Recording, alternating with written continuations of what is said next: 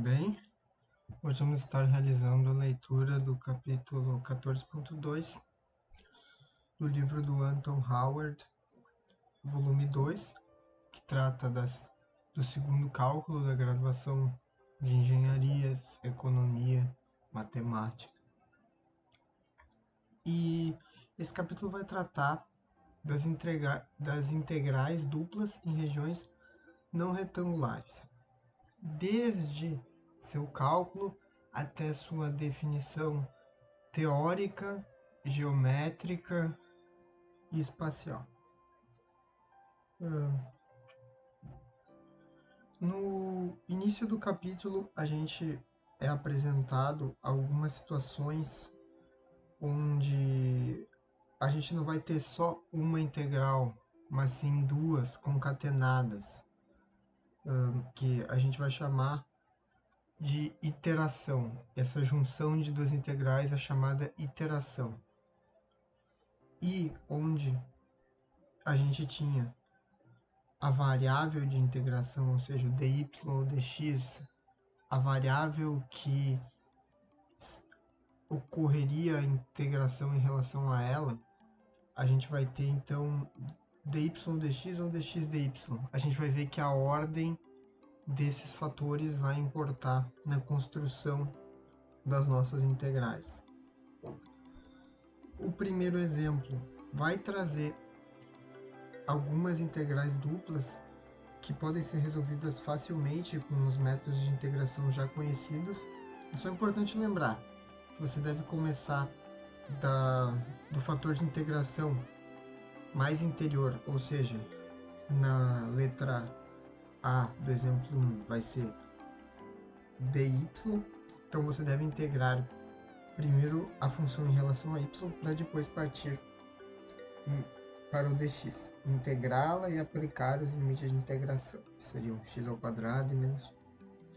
Bom, partindo para o assunto do capítulo em questão, as integrais duplas em regiões não retangulares, o Anton começa apresentando uma definição que eu não considero tão útil, mas que pode ajudar vocês, que são os dois tipos de região, que seria a região do tipo 1 e a região do tipo 2. A diferença delas duas é o fator de integração que vai ser mantido fixo, ou seja, que não vai ser integrado com os limites em função do outro fator de integração. Ok, não deu para entender muita coisa, mas eu vou tentar explicar. Quando você está integrando uma região não retangular, eu tenho uma variável. Pense no eixo XY, agora em 2D. Depois a gente vai ver que dá para usar isso para calcular volumes e não só áreas. Mas eu tenho uma variável que eu vou ter os limites bem definidos, ou seja, valores numéricos. Por exemplo, y varia de 2 até 1, ou então x varia de 1 até 2, quer dizer. Isso seria um limite bem definido. E como Anton descreve na definição 14.2.1, a região do tipo 1 é a que tem o fator fixo como sendo x, ou seja, o x ele varia de a até b, sendo a e b dois números. E o y seria a variação de duas funções. Ou seja, eu devo colocar o y como função de x para integrá-lo como sendo o primeiro fator, né? Aqui no caso, primeiro fator, ou seja, vai ser dy ou dx a ordem. Sempre o mais externo deve ser aquele valor que é a variável fixa, ou seja, que é a variação numérica. No caso da região do tipo 1, você vai... esse é um método muito interessante para a gente descobrir os limites de integração. Parta do eixo em que você tem o valor fixo, trace uma reta a primeira função que ela atingir vai ser o valor de baixo do limite de integração. E a próxima vai ser o valor de cima, ou seja, ali na região do tipo 1, no exemplo que ele dá, a gente tem G1 embaixo de G2. Ou seja, G1, os limites de integração vão ser de G1 até G2, certo? Saltando para o exemplo 3, a gente vai ter um problema que pede a área da região compreendida entre uma reta cujo coeficiente linear, ou melhor, angular, é 1/2 e a função raiz, ou seja, y igual a raiz de x. X variando de 2 até 4. Na verdade, essa questão é bem simples, basta você montar o gráfico, é sempre interessante você desenhar o gráfico e colocar os limites de integração. Então, o gráfico resultante seria uma reta atravessando a origem, daí segue a integral ali embaixo, que será bastante fácil de resolver, pois são apenas polinômios. E lembrando que você deve sempre ter a primeira integração, os limites da primeira integração devem ser dados em função da próxima variável de integração.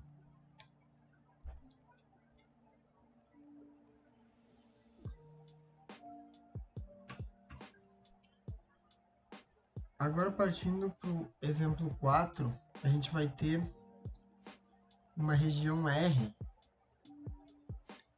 que é dada pelos vértices de um triângulo,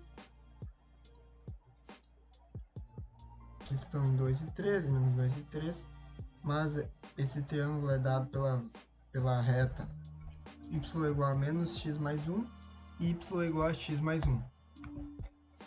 Se vocês perceberem, a diferença delas duas é o coeficiente do x. E a terceira função que vai delimitar a região de integração é y igual a 3, ou seja, uma função constante do eixo y. Isso descreve uma reta constante no eixo y. Se fosse no eixo x, seria uma reta vertical, no caso do eixo y, é uma reta horizontal. Para desenvolver esse problema, devemos partir da nossa escolha de variável de integração fixa. Como é mais fácil perceber, a melhor opção nesse caso é o y, pois já temos essa informação.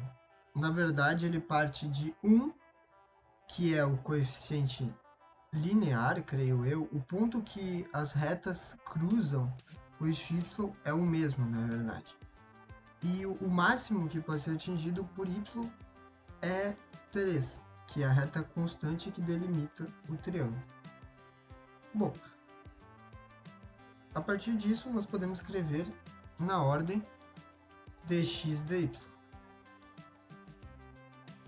Colocando as funções, as retas, em função de y, pois vamos integrá-las, pois a primeira integral vai ser em relação a x, ficaremos com os limites de integração dados por x vai ser igual a 1 menos y e x vai ser igual a y menos 1, certo? De qual será o limite inferior e qual será o limite superior? Bem, tracemos a reta a partir do eixo y, que é o eixo de nossa variável x. A reta irá atingir, primeiramente, o eixo y e depois a reta x. Daí, nós temos os limites de integração.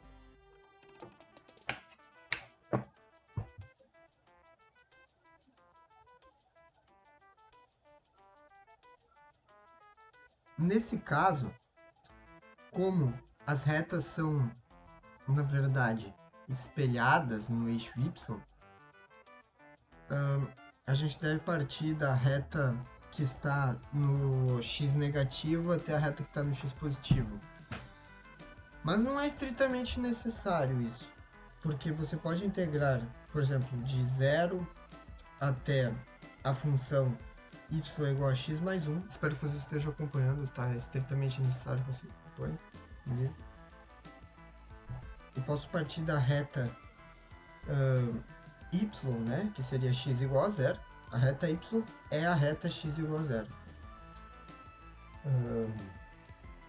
Até a reta y é igual a x mais 1. Colocar essa função em função de y e realizar a integração com os limites de integração sendo em dx 0 até y menos 1, certo? E dy de 1 até 3. Bem, como vocês devem ter percebido,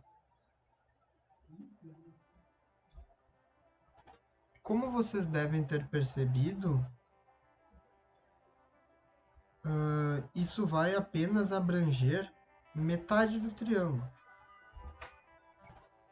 Ou seja, devemos multiplicar o resultado por 2 para termos o triângulo e sua integridade, para a gente pegar todo o triângulo, né? No exemplo 5, a gente vai ter um tetaedro que é delimitado por algumas retas, certo? No eixo XY, e ele está procurando saber o volume. Essas questões de volume você sempre vai ter que integrar o z, ou seja, a função que vai ser integrada, na verdade, nesse caso seria z igual a 4 menos 4x menos 2y. Essa será a função que aparecerá na integração antes de dy dx ou dx dy. Nesse caso, você precisa analisar as retas que compõem a região R, que seria a projeção em xy da forma espacial. Geralmente, para você levar uma forma espacial para coordenadas cartesianas, deve ser realizada a projeção dela no eixo XY, no plano XY, melhor dizendo.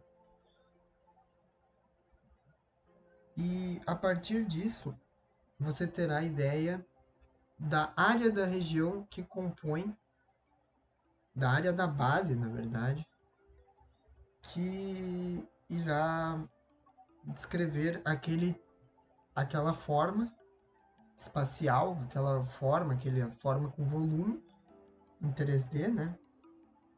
Quando integrarmos essa região, integrarmos a função z. Na verdade é bem fácil de pensar. Z seria nossa terceira coordenada, temos x, y, z. E se nós integrarmos essa função, estaremos fazendo a soma das pequenas áreas que a compõem. Soma de áreas nos resulta em um volume. O exemplo 6 segue essa mesma linha, projetando o círculo e realizando sua integração.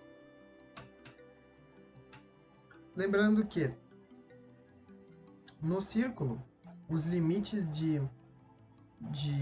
integração, eles são dados por, nesse caso, dy dx.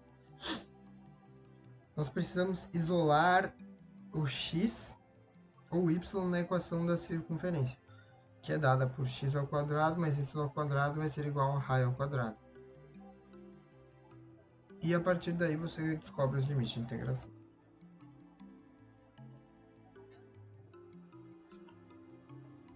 A inversão da ordem de integração, na verdade, é um processo muito mais derivado daquilo que a gente já aprendeu, mas que exige uma certa aptidão no que tange ao uma certa aptidão em desenhar as funções e torná-las legíveis para que os dois sentidos possam ser aplicados.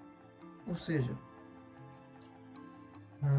não adianta só a gente substituir, embora em alguns casos isso funcione, mas nem sempre a mudança da ordem de integração vai ser somente colocar uma variável em função da outra, ou seja, mudar a, a ordem de integração apenas isolando outra variável na função que será integrada.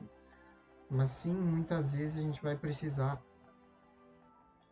fazer novamente aquela regra dos tipos de área, ou seja, traçar a reta para descobrir qual seria os corretos novos limites de integração.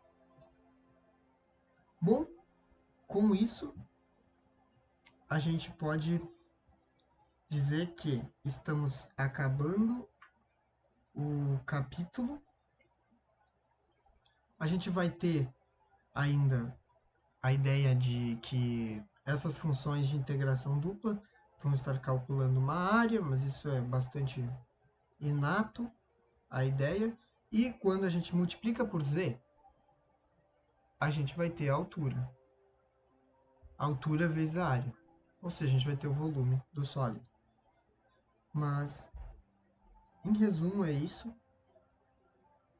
Os primeiros exercícios de compreensão, eles vão estar cobrando exatamente isso que está no capítulo. Eu espero que vocês tenham entendido melhor. Talvez o uso da linguagem não tenha sido mais apropriado. Mas se vocês gostarem ou tiverem alguma crítica a fazer, por favor, deixem aí o comentário. Eu não sou professor de matemática. E foi a minha primeira vez fazendo cálculo 2, então relevem certas falhas teóricas e de notação, certo? Obrigado a todos, tenham boas provas e um bom semestre.